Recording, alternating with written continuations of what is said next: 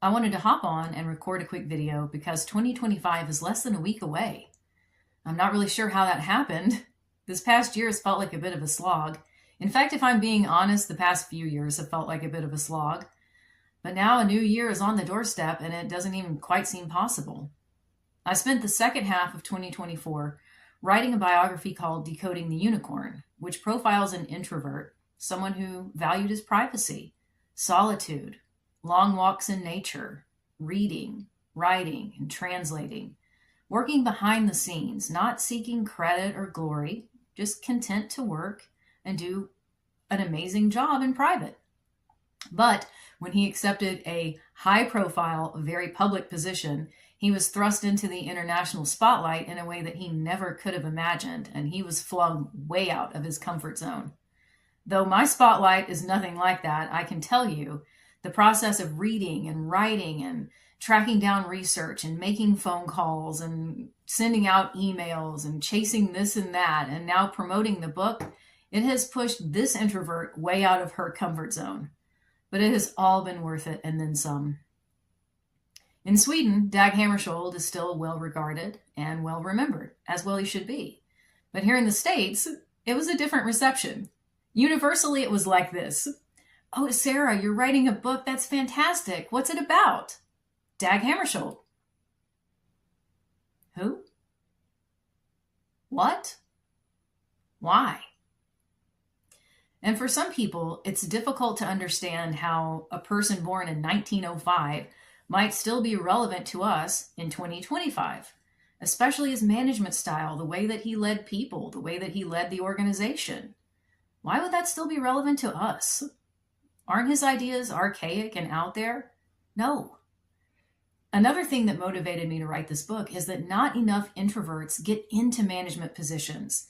They aren't as vocal in the town square. They're not represented in politics as much as they should be. Yet when they are, the results are outstanding. I feel like if we continue to do what we have done, if we continue to just make this Western world extrovert ideal a pedestal, we're going to continue to get what we've gotten. And that's just not good enough. Not in my opinion, anyway. If you look around at the status quo and you're happy with it, good on you, I guess, but I'm certainly not.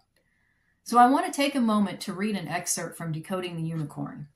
And I think I have the font size large enough that I can manage this without having to get my reading glasses, but we shall see. Dag's energy didn't wane, even after meeting with hundreds of employees in a single day. He addressed each person with care and respect, asking questions about their work and their lives, remembering names as best he could. He wanted each employee to feel valued and to know that their contribution mattered. By the time he reached the top floor, his expression was as warm as it had been when he started. For his immediate staff and the secretariat, Dag sought to turn the page on Lee's tenure and establish a more effective leadership style. "We need a bit of a palate cleanser," Dag thought, and as usual, he was correct.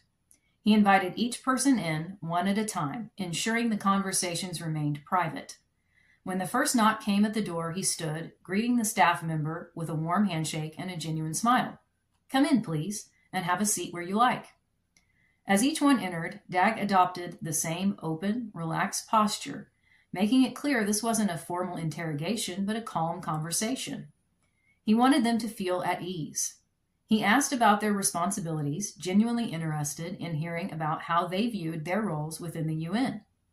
"What are your main duties?" Dag asked each person. "And what do you feel you excel at? What do you enjoy doing here?" Some spoke confidently, outlining their tasks with precision and pride, while others were more hesitant, unsure of how much to reveal. But Dag's encouraging demeanor dispelled any nerves. He nodded thoughtfully as they described their areas of expertise. "And how do you like to be managed?" he would ask next, his tone gentle, inviting honesty. "What works best for you?" This question took people by surprise, as if they hadn't expected someone in his position to care about their preferences. But Dag did. He believed that understanding how each person worked best, whether they thrived with clear directives or preferred autonomy, was essential to creating a productive and respectful environment. As the conversations unfolded, Dag discovered who was detail-oriented, who preferred handling big-picture strategy, and who needed more feedback to feel confident in their roles. He listened thoughtfully, occasionally offering a suggestion or simply acknowledging their concerns. By the time the meetings concluded, Dag felt a deeper connection with each member of his team. He had a better understanding of their strengths and how he could best support them. For him, these meetings weren't just about managing his staff. They were about building trust and respect from the start. We could have it so much better. We could have it so much better in the political landscape and so much better in the corporate arena. Dag's example is proof of that. Decoding the Unicorn will go live on Amazon on January the 7th, and I encourage you, introverts, creatives, HSPs, people in leadership roles, or even if you just enjoy a good biography or a good history story, check it out. Thank you so much for your support, and I'll see you soon.